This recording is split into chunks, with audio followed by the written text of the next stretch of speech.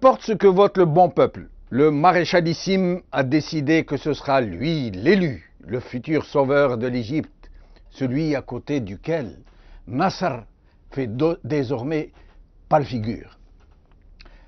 L'impérator Sissi ne craint pas le ridicule, lui dont la propagande, chuchotée bien sûr, affirme sans rire qu'il plane au-dessus de l'histoire, que son ombre fait trembler Israël. Le désormais maréchal président ne craint pas de faire sombrer son pays dans une aventure qui finira fatalement très mal. Pour lui, le sang qui a coulé n'a pas d'importance, juste une petite saignée salutaire. L'ex-moufti d'Al-Azhar, Ali Gomaa, ne lui a-t-il pas publiquement affirmé? Ne l'a-t-il pas autorisé à tirer dans le tas? Adrab fil milyan, lui a-t-il dit. En tous les cas, hormis le fait que Sissi pète la santé, ces élections égyptiennes ne sont pas, sans nous rappeler, celles du président Bouteflika. Même culot phénoménal des monteurs de service, même propagande outrancière, même soutien chafouin de l'Occident qui fait semblant de regarder ailleurs au moment où il fait tout pour faire passer la pilule, même satisfaction d'Israël qui doit se frotter les mains pour avoir gagné là des chefs d'État stérilisés, pour rester poli. Nous sommes cernés, ai-je dit hier à un ami. Nous sommes foutus, m'a-t-il répondu. En tous les cas, l'Algérie, comme l'Égypte, semble frappée de malédiction, celle qui tombe sur les peuples qui ont abdiqué leur dignité, qui ont marchandé l'avenir de leurs propres enfants en échange de vils privilèges. Si en Algérie, nous avons été frappés par la 8e plaie d'Égypte, puisque les sauterelles se sont abattues sur notre pays pour dévorer tout ce que la grêle a épargné, Masr est frappé par la 9e plaie, puisque ce grand pays qu'est l'Égypte est désormais plongé dans les ténèbres. Aujourd'hui, nous vous proposons 3 titres. Al-Watan, élection présidentielle en Égypte, la victoire de Sissi fêtée avant l'heure. Libération, présidentielle en Égypte, la participation principal pari du favori Sissi. Les blocs du monde diplomatique, signé par Alain Grèche, élection présidentielle et désinformation. Avec nous pour en parler, Rabha Attaf, journaliste, et Mohamed Khawani, membre du MLC. Mais avant, je voudrais d'abord vous faire voir une courte vidéo qui a été prise hier et qui va vous rappeler quelque chose. Cette vidéo se passe en Égypte et elle va vous rappeler la même chose qui s'est passée en Algérie lors d'élections précédentes. Vidéo, s'il vous plaît. Alors voilà, vous voyez un bonhomme qui est en train de passer des bulletins de vote l'un après l'autre. De la même manière que nous avons vu une scène similaire lors d'élections qui se sont passées en Algérie, où on a vu quelqu'un mettre ses empreintes sur une 50aine de bulletins à peu près. Voilà comment se passent les votes dans nos pays, comme ça, normalement, le plus normalement du monde. Voilà. Rabha Attaf, merci d'être avec nous. Oui, merci à vous de m'avoir invité, Jamal ad-Din. C'est toujours un plaisir d'être avec vous sur le Maghrabiya. Merci, tout le plaisir est pour nous, Rabha. Alors, très franchement, Rabha, on a toujours tendance à tout mettre sur le dos des dirigeants, comme s'ils étaient tombés de Mars. Et on a tendance à être trop indulgents avec nos peuples qui se laissent faire, qui acceptent, alors qu'ils sont des millions. En Égypte, ils sont 54 millions d'électeurs. Qu'est-ce que vous en dites vous-même? Le problème, c'est que les peuples essayent de résister, et Dieu sait ce que le peuple égyptien s'est soulevé depuis janvier 2011 pour essayer de changer la nature du régime égyptien. C'est pas seulement changer les têtes, et il continue jusqu'à présent, puisque la répression continue jusqu'à présent, mais malheureusement, ils n'ont pas encore trouvé le mode opératoire finalement pour pouvoir se débarrasser des dictateurs. Ils n'ont pas dans l'état actuel des choses le rapport de force parce qu'ils pensent toujours en termes de pouvoir et qu'en fait, je suis convaincue que la solution est là, aussi bien pour les Algériens que pour les Égyptiens, de commencer à œuvrer dès maintenant et très concrètement pour un mode d'organisation sociale alternatif indépendamment des systèmes et des régimes en place. Je m'explique. Ces régimes tiennent par deux choses principalement, la terreur, donc la peur qu'on dissémine dans la société, et la corruption. Bon, si effectivement les gens les plus conscients des sociétés commencent à expérimenter des modes d'organisation sociaux complètement différents à l'échelle de quartier, vous prenez un quartier en Égypte, c'est 3 millions d'habitants, hein, d'accord, c'est une ville, hein. D'autant que ces quartiers populaires sont souvent laissés à l'abandon par l'État. Je suis convaincue que s'ils arrivent à développer ce type d'expérience en matière d'autogestion, de solidarité, de retour du collectif dans le lien social, donc de refaire du lien social, effectivement, je suis convaincue que les régimes à terme tomberont. Pourquoi? Parce qu'ils n'auront plus de société à gérer. C'est-à-dire qu'il faut penser en termes de rupture maintenant et non pas en termes de transition démocratique qui vont finalement pérenniser les régimes, puisqu'en termes de transition démocratique, ce qu'on entend par là, c'est des deals, en gros, c'est des deals pour que les systèmes restent en place avec quelques aménagements, notamment d'ouverture en direction de la société civile, c'est un bien gros mot, d'une catégorie de la société, pour pouvoir, entre guillemets, massifier, un peu plus massifier, je dis pas démocratiser le système, mais le système reste en place. Donc les peuples actuellement sont, je les plains moi, je ne leur jette pas la pierre compte tenu de ce qu'ils ont à affronter en face d'eux et compte tenu du fait que malheureusement nos élites sont très défaillantes puisqu'elles se rangent en général du côté des pouvoirs, c'est-à-dire qu'elles sont les premières corrompues dans leurs esprits. Le problème est là et qu'il n'y a pas. Donc on a beaucoup d'intellectocrates. Hein, j'ai fait un super papier sur les intellectuels d'en haut et les intellectuels d'en bas. Moi, je me considère comme une intellectuelle d'en bas, c'est-à-dire quelqu'un qui est aux côtés de la populace et des gueux, puisque je pense qu'on a une grande responsabilité quant à réfléchir sur des solutions, effectivement, pour nos sociétés. Et donc, je suis pas une intellectocrate qui se situe en haut et qui regarde tout le monde de haut. Et vous le savez très bien. Oui, on le sait. Restez avec nous, Rabha. Mohamed Khawani, merci d'être avec nous. On vous voyait à côté de Rabha, donc les gens ont dû se dire qui est ce monsieur, bien qu'ils vous connaissent déjà. Merci d'être avec nous, Mohamed. Alors, même question, est-ce qu'il faut donc dédouaner nos peuples d'une telle docilité? Au fait, je pense que la dame, elle a pratiquement tout dit. Les dédouanés... Galant, galant, comme d'habitude. Elle a tout dit, il faut le reconnaître comme ça.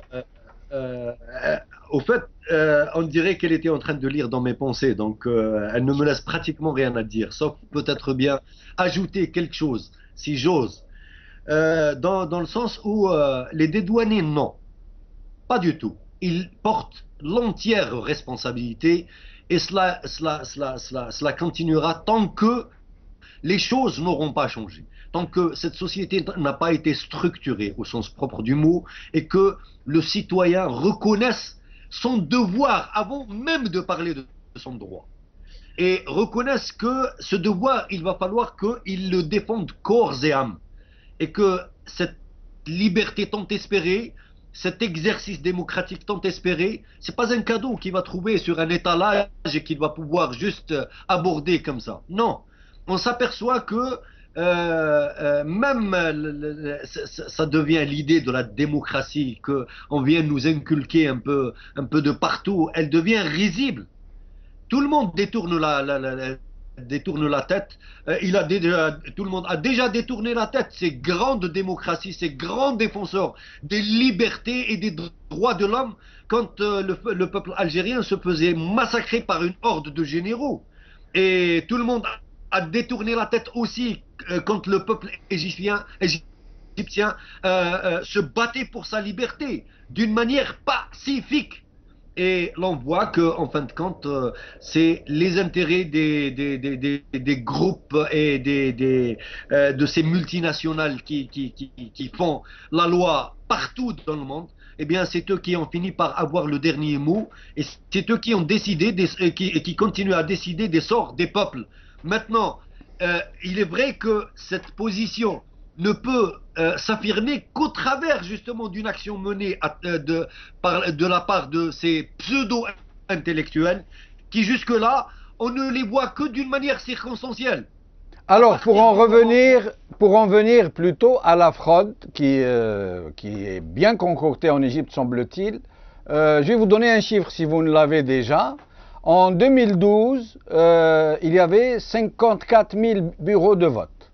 Pour le même nombre d'électeurs à peu près, un peu plus de 50 millions.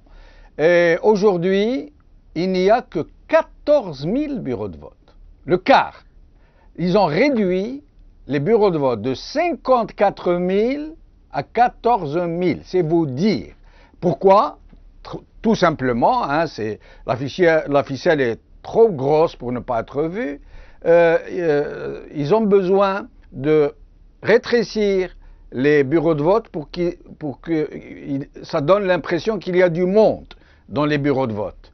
Or, même avec ça, même en réduisant les bureaux de vote au quart initial, finalement, c'est une abstention historique en Égypte. Alors, Rebha, vous vous attendiez à une telle abstention?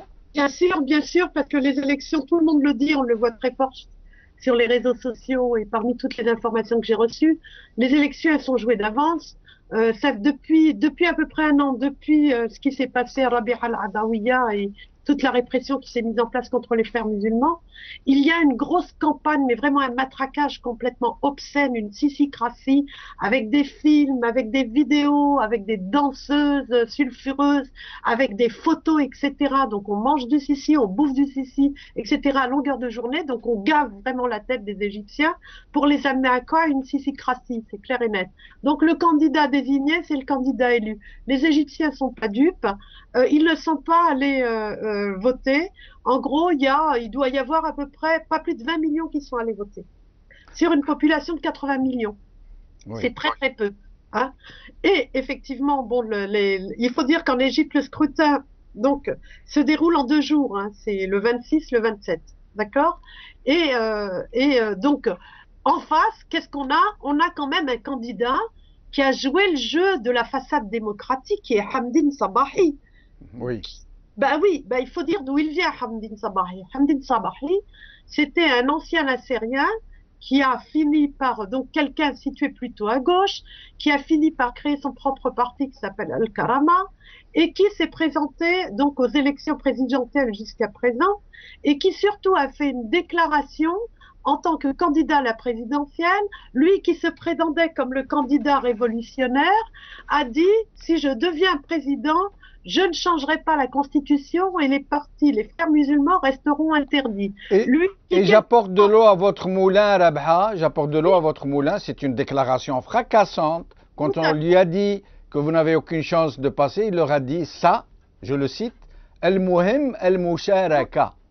Oui, donc, si vous voulez, lui, il a le rôle de quoi dans cette élection? De notre Saïd Saadi national. C'est-à-dire que c'est l'éradicateur à visage humain. C'est ça, Hamdine Sabahi. Hein, j'ai écrit là-dessus, effectivement, Hamdine Sabahi, l'éradicateur à visage humain. Donc, il accepte de jouer le rôle, effectivement, qu'on lui dévolue pour faire croire à une façade démocratique. Les Occidentaux, effectivement, se frottent les mains. Et surtout, ce qu'il faut dire, c'est que on a Sisi qui vient de déclarer aujourd'hui, il vient de le déclarer, hein, je vous le donne en mille, le processus démocratique est long, il prendra 25 ans en Égypte. C'est-à-dire qu'il annonce déjà la couleur. Oui, c'est incroyable. Oui. Hein, c'est incroyable. Donc lui, il sait pertinemment ce qu'il fait. Il a été désigné, effectivement, par ses amis internationaux, et notamment, je pense notamment à ses alliés américains, pour être le garant de leurs intérêts au Moyen-Orient, donc l'Égypte, pays pivot entre le Maghreb et le Moyen-Orient, et surtout le garant de la sécurité d'Israël. Mohamed Khawani, juste en soulignant au passage que Saïd Saadi, qui a été notre invité à Al-Magharibia, dont vous dites l'éradicateur à visage humain, je crois que ce n'est plus la même personne, ce n'est plus le Saïd Saadi de 92. Mais sinon, ceci étant dit, Mohamed Khawani, en Algérie aussi, la fraude a été massive, l'abstention a été massive, le boycott a été vraiment très visible, et Bouteflika est sorti haut la main avec un chiffre de république bananière. Qu'est-ce qui empêchera de refaire la même chose en Égypte, puisqu'en Algérie, il ne s'est rien passé? Il ne s'est rien passé, il ne se passera rien de toutes les façons. Au fait, quelle est l'alternative qui est donnée à ces peuples? C'est ça le problème qui se pose. À mon niveau, du moins, on a beau essayer un petit peu de faire un étalage intellectuel là-dessus, d'essayer d'établir des analyses, etc. Mais quelle alternative il reste à ce pauvre peuple, que ce soit en Algérie et que ce soit en Égypte ou ailleurs? En fin de compte, c'est à peine si j'ose parler de lutte armée. Ils sont en train de pousser leur peuple vers cette lutte armée juste pour justifier leur acte de terreur. Ils ne peuvent exceller qu'en ça.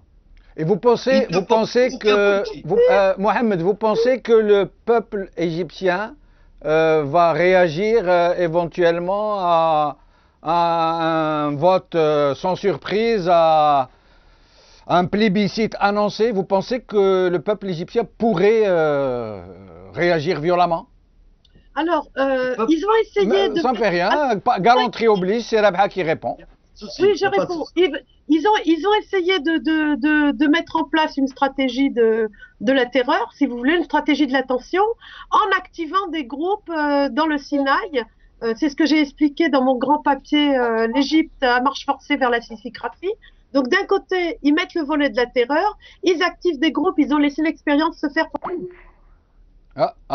Nous avons perdu Rabha, j'espère que nous allons la retrouver. Donc la question vous revient de droit, mon cher Mohamed. Comme quoi, hein? Je suis toujours là. La voilà, la revoilà. Oui, Ansar Bekt el-Meddes ou alors Gesh Massar, hein, c'est des labels en fait. Hein. Oui. Ils activent un terroriste et on ne sait pas très bien qui est derrière ce terroriste. Les Égyptiens ne marchent pas là-dedans, ils ont compris. Ils ont tiré les leçons de l'expérience algérienne. C'est aussi simple que ça. Donc les peuples ne marchent pas là-dedans. Ils marchent pas. On les pousse à la violence, effectivement. Quand on condamne, par exemple, 1200 personnes à mort, il faut se dire que parmi ces 1200, ils sont pas tous en prison. La plupart sont en fuite. Oui. On les pousse effectivement aux terroristes. Mais ça ne fonctionne pas. Pourquoi? Parce que les peuples ne sont pas idiots. Je pense que les Égyptiens sont un peuple très patient. On en a parlé la dernière fois, Rabha, lors de votre dernier passage. On a évoqué cette simili-procédure, de méthode de pousser les gens au terrorisme pour justifier la présence de sauveurs de la République et tutti quanti. Et les Égyptiens sont très patients. C'est-à-dire que quand on a eu le tsunami de janvier 2011, il faut s'attendre à d'autres. Ils sont pacifiques. C'est un peuple pacifique, même s'il y a énormément de violence au quotidien dans la société parce qu'ils vivent dans des conditions extrêmes, mais c'est un peuple foncièrement pacifique et surtout très patient. Donc je suis convaincue petit à petit que les Égyptiens, comme les Algériens, Inch'Allah, vont s'acheminer par l'exercice de leur propre expérience indépendamment des pouvoirs qui sont en place. Sauf que le problème, c'est quoi? C'est qu'on a affaire à une similitude de régime. On a deux systèmes, entre guillemets, qui ont été fortement soviétisés sous Nasser, sous Boumedienne. Et ça implique un conditionnement psychologique des populations qui attendent toujours tout de l'État ou d'une personnalité qui tomberait à pic pour les sauver. Non, ils doivent rompre ce lien psychologique, c'est-à-dire ce lien de fonctionnement qui fait qu'ils ont tendance individuellement à reproduire le système pour s'orienter vers le sens du bien. Et le sens du bien, c'est effectivement l'égalité et la justice pour la société. Juste un petit détail sur la valeur démocratie, parce qu'on a tendance à dénigrer l'idée démocratique. C'est pas l'idée démocratique qu'il faut dénigrer, c'est les hommes qui utilisent cette idée pour en faire le contraire. Ça, j'insiste là-dessus. Oui. Mohamed, la question vous revient, celle que je vous avais posée. Eh bien, comme je vous l'ai dit, madame, elle est tellement éloquente que pratiquement elle ne laisse place à aucune ambiguïté. Elle a tout expliqué. En fin de compte, qui a dit que les Algériens n'étaient pas galants, qu'ils étaient des rustres, des machos? Voilà. Je vous en remercie, mon ami. Donc, à mon sens, il y a juste un point. Je pense qu'il ne faut pas aussi pousser ces peuples aussi profondément et les noyer aussi profondément et compter sur leur patience et sur la répression ne peut mener qu'à la répression. Le problème qui se pose par exemple maintenant en Algérie, c'est qu'on se retrouve avec une génération qui a perdu le sens même d'appartenir à ce pays. C'est à la limite si on ne se disait pas qu'elle s'en fout éperdument du sort de ce pays. La seule chose qui lui importe, c'est quitter ce pays, c'est pas le construire. Et c'est pourquoi elle n'a plus de sentiment d'appartenance. Donc participer à quoi? Pourquoi? Non. C'est beaucoup plus, ça va beaucoup plus dans le sens du sauve qui peut que dans le sens justement d'apporter son petit grain de sel pour bâtir cette société. Et la démission, je reviens sur cette démission de ces pseudo-intellectuels que moi, je trouve que c'est encore plus coupable que ce qu'est en train de faire. Le silence de cette tranche, surtout de cette tranche, il est plus coupable et plus meurtrier que ce que sont en train de faire tous les malfrats, que ce soit en Égypte. La différence en Égypte, c'est que quand même, il reste un soulèvement d'une classe intellectuelle qui a été complètement perdue en Algérie. Et je pense que la deuxième étape de Sisi, ça va être justement de les collecter un à un et de les dilapider un à un d'ailleurs. Chose qui a été faite en Algérie. Le processus, il a déjà commencé. Oui, mais Mohamed, pour en revenir à la question que j'avais commencé par poser, on sait que ce régime a réussi à extirper du sein du peuple, ou du moins de ses intellectocrates, comme les désigne Rabha, il a réussi à en extirper toute vraie valeur, toute valeur de résistance, tout sens de la dignité, on le sait. Mais il n'en demeure pas moins qu'aujourd'hui, nous sommes face à des peuples qui acceptent de se laisser faire et qui ne savent même pas qui ils sont. Chacun de nous, les Algériens par exemple, quand vous discutez politique avec eux, chacun rejette la faute sur l'autre. Il dit « Hada sha'b hada ». Et chaque membre de ce peuple pense du reste du peuple qu'il n'est plus bon à rien. Où est parti ce ressort qui fait agir les peuples et pourquoi nos peuples ne réagissent plus? Au fait, moi je pense que la première des choses qu'ont réussi ces systèmes, c'est justement dissiper ces masses, c'est ne plus donner l'occasion à leur peuple de se restructurer, d'avoir des structures propres à eux, de pouvoir justement mener des actions au sein des sociétés. Et donc il a mis la même base sur tout ce qui peut être une expression sociale, une expression de masse, que ce soit au niveau des syndicats, que ce soit au niveau des associations, que ce soit au niveau des étudiants, que ce soit au niveau des associations de quartier, etc., etc. Tout passe par l'État. Tout a besoin de l'agrément de l'État. Et l'État, dans tout ça, ce qui lui importe le plus, c'est sa pérennité, c'est son existence, coûte que coûte. Et jusque-là, on est arrivé justement à ce point où chacun se sent détaché. Et pourtant, il est une part du problème, il n'a jamais représenté une part de la solution. À partir du moment où certaines veulent se structurer, eh bien, l'étiquetage, il commence. Et ils sont étiquetés déjà par les appareils étatiques, et ça passe La pilule, elle passe très très bien. Et Rabha, donc, Oui, Rabha Attaf. rester en faux contre ça, parce que il y a des processus historiques irréversibles. Oui. Société, c'est comme une personne. Elle se développe exactement de la même façon. Elle a des périodes où elle est essoufflée, où elle est fatiguée, où elle est énervée, où elle est traumatisée. C'est le cas, en l'occurrence, des Algériens. Et elle se reconstruit à partir d'autres fondements parce que, comme tout un chacun, on tire les leçons de ses propres expériences. Mais en l'occurrence, Rabha Attaf, en l'occurrence, ce processus dont vous parlez dure depuis tout le temps en fait. Et je suis frappée par le dynamisme de la jeunesse algérienne, quoi qu'on en dise. Je parle pas de celle qu'on voit, qu'on nous montre à la télé, de Barakat, de ce qui est médiatisé. Je parle de la créativité qu'il y a dans la société. Je parle dans le fait qu'il y a des mouvements sociaux qui existent, que les gens continuent de se battre. C'est pas vrai de dire qu'ils ont baissé les bras. C'est pas vrai de dire qu'ils pensent tous à le partir à l'étranger. Ça a toujours été en Algérie le Babor Australia. On le connaît depuis 40 ans, d'accord? Babor Australia. Il a toujours été là, avec ce désir, cette forte attirance pour l'Europe qui est à portée de main, puisqu'entre Marseille et Alger, on n'a qu'une heure et que c'est beaucoup plus facile maintenant.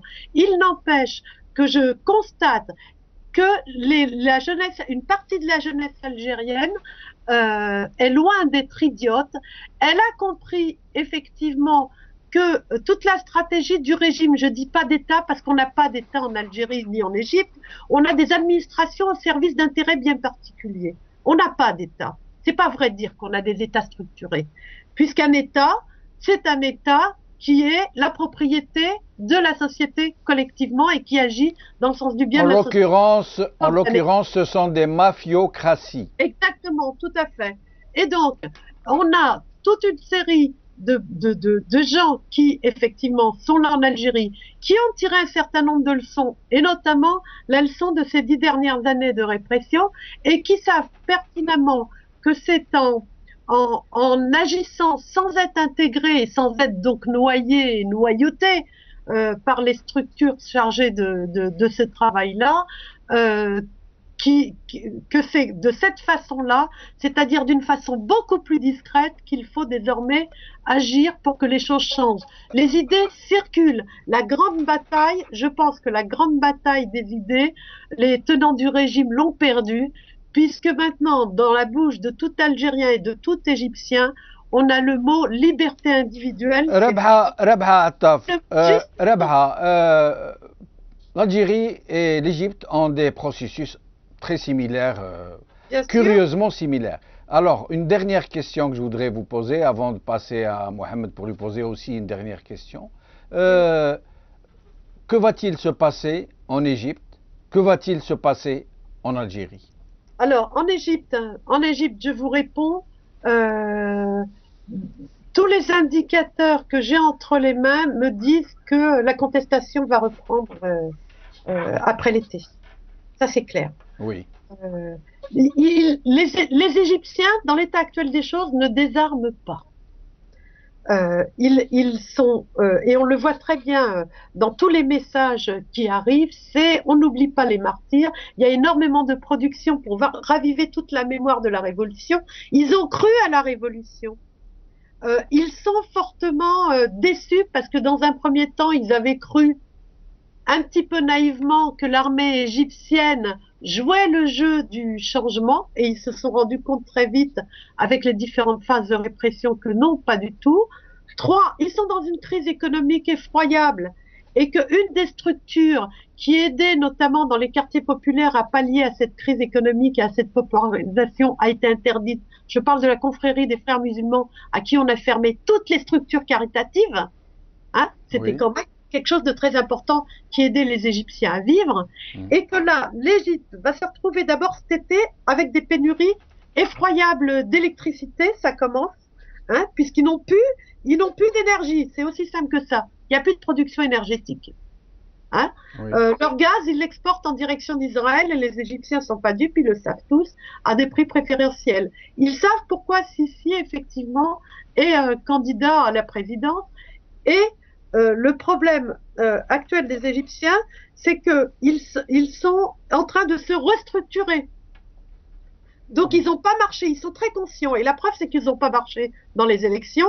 De la même façon qu'en Algérie, les gens n'ont pas marché dans les élections. Les gens ont compris. Oui, mais que va-t-il se passer concrètement, à court terme, j'allais dire?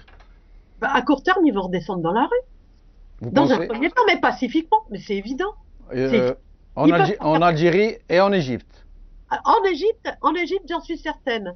En Algérie, je pense que les choses seront un petit peu plus longues parce que la société a vécu un sérieux traumatisme avec la guerre qui a eu lieu durant les années 90.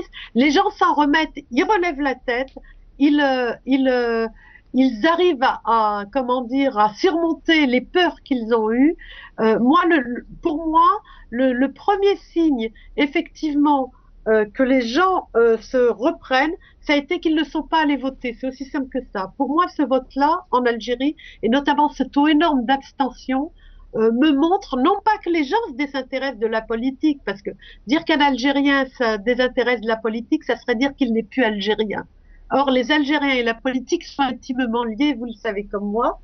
Et donc, ça signifie pour moi... Excusez-moi, Rabha, mais jusqu'à preuve du contraire, le régime est en train de nager doucement en eau calme. Il est en train de préparer une énième révision de la Constitution. On dit qu'il est en train de préparer l'éventualité du décès du président pour que le pouvoir ne leur échappe pas. Ils vont mettre un dispositif en place. Ils ne sont pas inquiets du tout. Ils sont assurés d'avoir fait le vide politique sur la scène politique. Il n'y a plus de force réelle autour de laquelle les Algériens pourraient se rallier. Je ne comprends pas d'où vous tirez un tel optimisme. Ça c'est leur calendrier, c'est ce qu'on voit d'une façon apparente, si vous voulez. Mais vous savez, les sociétés, elles sont travaillées par différents mouvements, toujours, d'où émergent effectivement des choses nouvelles. Moi, je pense qu'on va passer à une seconde phase dans le développement de l'Algérie, et notamment de la société algérienne. C'est que les Algériens ont tiré les leçons doublement de toute cette guerre des années 90. On n'affronte pas de front un régime qui détient le monopole de la violence et qui a une armée entre les mains. C'est clair et net. Deux, le jeu qu'ils ont mis en place, et notamment en faisant croire qu'il y avait des partis d'opposition, ça ne fonctionne plus. Donc aujourd'hui, ils vont essayer d'amuser la galerie avec le énième amendement de la Constitution, etc., en faisant croire à une ouverture démocratique. Plus personne n'est dupe là-dessus. Et je pense qu'il va y avoir une recomposition complète du paysage politique algérien, mais qui vont prendre d'autres directions, et d'autres directions que les partis d'opposition traditionnels. Merci Rabha Attaf, merci, en espérant vous revoir bientôt parmi nous. Mohamed, même question. Ah ben, peut-être bien que là, je vais un petit peu contredire la dame. Enfin. Ouais, oui, parce que je pense qu'en Égypte, il ne faut pas oublier qu'il y a quand même un certain encadrement qui est là.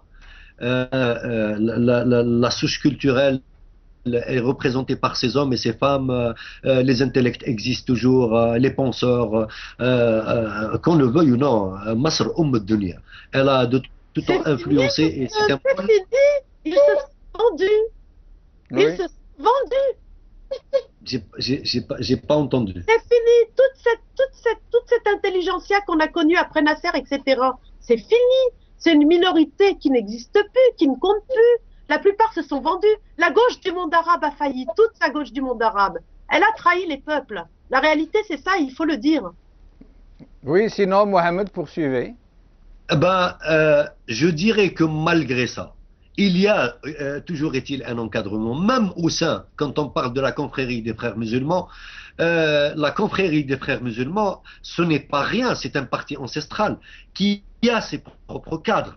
Il y a un encadrement. même la rue, quand on a vu, par exemple, Mais ce est-ce qui qu'il s'est n'a passé pas à été, il n'a pas été laminé, le Parti des Frères musulmans, toutes ces arrestations, toute cette persécution, ces condamnations à mort, cette débandade, ces attaques, y compris des salafistes qui sont en train de se ranger massivement du côté de Sisi. Ça travaille le fond de la société égyptienne, toute cette subversion. Tout à fait, sauf que c'est un parti qui a au moins quelques 80 ans d'existence. Oui. Donc, 5000 militants en prison actuellement, monsieur. Rebha, j'aimerais que notre ami Mohamed puisse finir son... Oui, j'en prie, Mohamed. donc, ce n'est pas une circonstance pareille qui va pouvoir laminer l'ensemble de l'encadrement. Ils ont un encadrement aussi extraordinaire qui se retrouve et qui se bat à l'extérieur, qui veut porter la question justement de la lutte du peuple égyptien à l'extérieur de l'Égypte, etc., etc. L'Algérie, par contre, je dirais que le régime mafieux, le régime des malfrats, il a bénéficié d'une certaine période de latence où tout le monde détournait la tête. Les moyens d'information n'existaient pas. Il n'existait que les moyens de désinformation. Il n'y avait pas des structures informatives palliatives. Par exemple, l'existence d'Internet, etc., etc., elle n'existait pas à l'époque. Donc, ces malfrats, ils ont trouvé, comment dire, un terrain où ils pouvaient agir à leur guise. Mohamed, je vais vous poser une question précise. Oui. On parle d'un retour probable de la base militante de certains partis et de leurs leaders qui ont du poids, qui pèsent pour ces partis, dont le FFS et le FIS. On parle d'un retour probable sur le champ politique et on parle aussi de tous ces groupes de jeunes qui sont en train de se constituer, comme le vôtre, comme Barakat, comme d'autres mouvements comme Nida El Jazair, qui sont en train de se constituer. Et est-ce que ça ne vous laisse pas espérer, vous-même qui êtes membre du MLC, est-ce que ça ne vous laisse pas espérer un renouveau politique possible? Pas du tout. À partir du moment où il vient de chez ces malfrats, non, pas du tout. Parce que ce que nous sommes en train de revendiquer, de prime abord, est à l'encontre de leurs intérêts. La première des choses que nous sommes en train de revendiquer, par exemple, en tant que MLC, c'est à ce que tous les acteurs et tous les coupables de sang qui ont tué, qui ont assassiné des Algériens, ils doivent rendre des comptes. Tous les corrompus qui ont volé les Algériens, ils doivent rendre des comptes. Et c'est ceux-là même qui tirent les rênes de ce pouvoir. C'est ceux-là même. Ça va à l'encontre de leurs intérêts. Donc, cette chanson-là, je pense qu'ils peuvent aller, je sais pas moi, bercer quelques simples d'esprit avec, mais pas nous. Non, mais vous m'avez peut-être mal compris. Moi, j'ai dit, Mohamed, qu'il est possible, on entend dire, que le FFS, le FIS, pourrait revenir et que les groupes de jeunes qui sont en train de se constituer, pourraient s'agglomérer à une nouvelle dynamique politique pour faire repartir une vraie contestation politique, une vraie expression politique. Cette émission arrive malheureusement à son terme. Merci à mes deux invités, en espérant les revoir tous les deux. Sur ce, je vous souhaite une bonne fin d'après-midi. Salam alaikum, Azul Fillaoun, à demain.